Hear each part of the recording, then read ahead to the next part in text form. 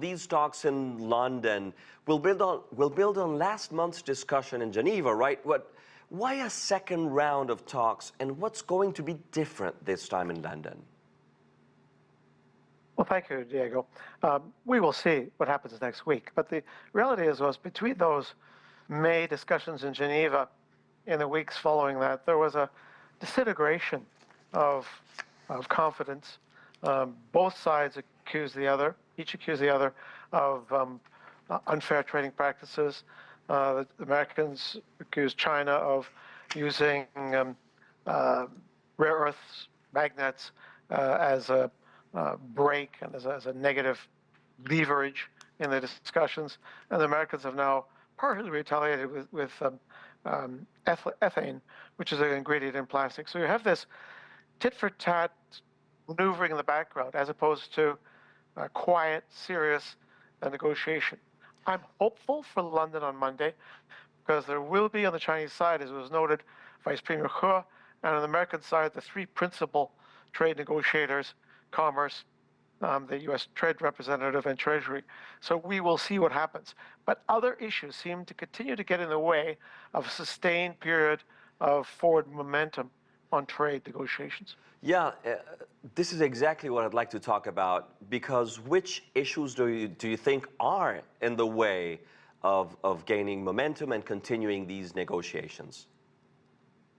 Well, I think for the American side, I think there was an underestimation amongst the senior Trump administration of China's capacity. China is the leading exporter of rare earth minerals, and in particular in key components of magnets for automobile production. Without those inputs, U.S. automobile manufacture would slowly grind to a halt. And on the Chinese side, America's begun to use pressure on certain key industrial inputs. So I think both sides have a capacity to hurt each other. It seems that it's taken a while for there to be an acceptance that if they can stay away from the negativity, they can help each other much more, and that's obviously far preferable to hurting each other. But other issues keep coming out of left wing, right wing, particularly on the American side, mistrust, unrelated issues, student visas, you name it, that contaminate the trade discussions. I see. And how significant do you think that having Vice Premier He Lifeng there is, as he was also there at the talks in Geneva, do you think that, these people, these higher level officials change something, can get more done? I think they can. And here I'll say that I think there is a difference in approach to these issues between Beijing and Washington. Washington, particularly with President Trump himself wants to sit down with his counterpart, not just China, Canada, whatever, and hammer out a deal on the spot.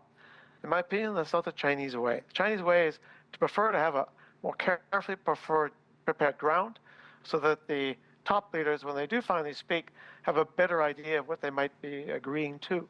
But I think the level of Vice Premier, which is very senior, your senior trade representatives, maybe on the second go-around, there'll be a consensus to move forward.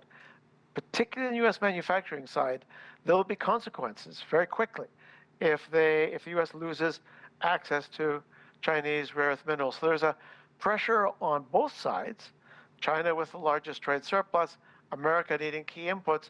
The real pressure there to find an agreement. We'll see. And Gordon, do the positive signals coming from China's trade discussions with the EU point the way for similar progress between the Chinese and American delegations in London? I would hope so. In the case of the EU, while there are other issues, strategic issues, concerns about this matter or that, it is much more, in my opinion, a pure trade discussion. Now, the separation of the two positions is very large. The EU wanting to protect its auto industry. China very unhappy about tariffs that have been placed on Chinese EV, rapidly growing EV exports. Other trade difficulties, China's restrictions on EU brandy and alcohol. But I have a sense that it's trade, and trade, as opposed to the American side, where the strategic and other unrelated concerns seem to intrude much more. So I'm hopeful that we will see that there might be some positive spillover. But I think for the EU, given that they've got their own great uncertainties with dealing with the United States on trade, and where President Trump's taking a very hard line on the EU, there may be pressure on the EU side that let's at least get one big deal with China, because we don't know what might happen with the United States.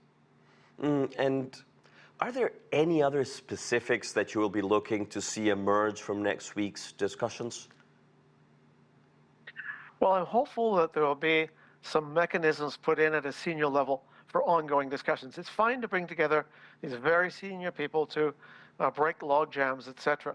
But I'd like to see a more regular, sustained back and forth at the level of senior officials. It's very senior, but not quite as senior as the vice premier. Bringing these people together every 6 weeks is not really the best way to move forward. There needs to be some written agreements, probably following some horse trading discussions, concessions that would follow the London talks. I actually don't believe that the Chinese vice premier and his American counterparts are going to get into the nitty-gritty of trade issues, the details, and those details really matter. If there could be an element of trust going forward, I think that's the best we can expect. Gordon Houlden, thank you so much.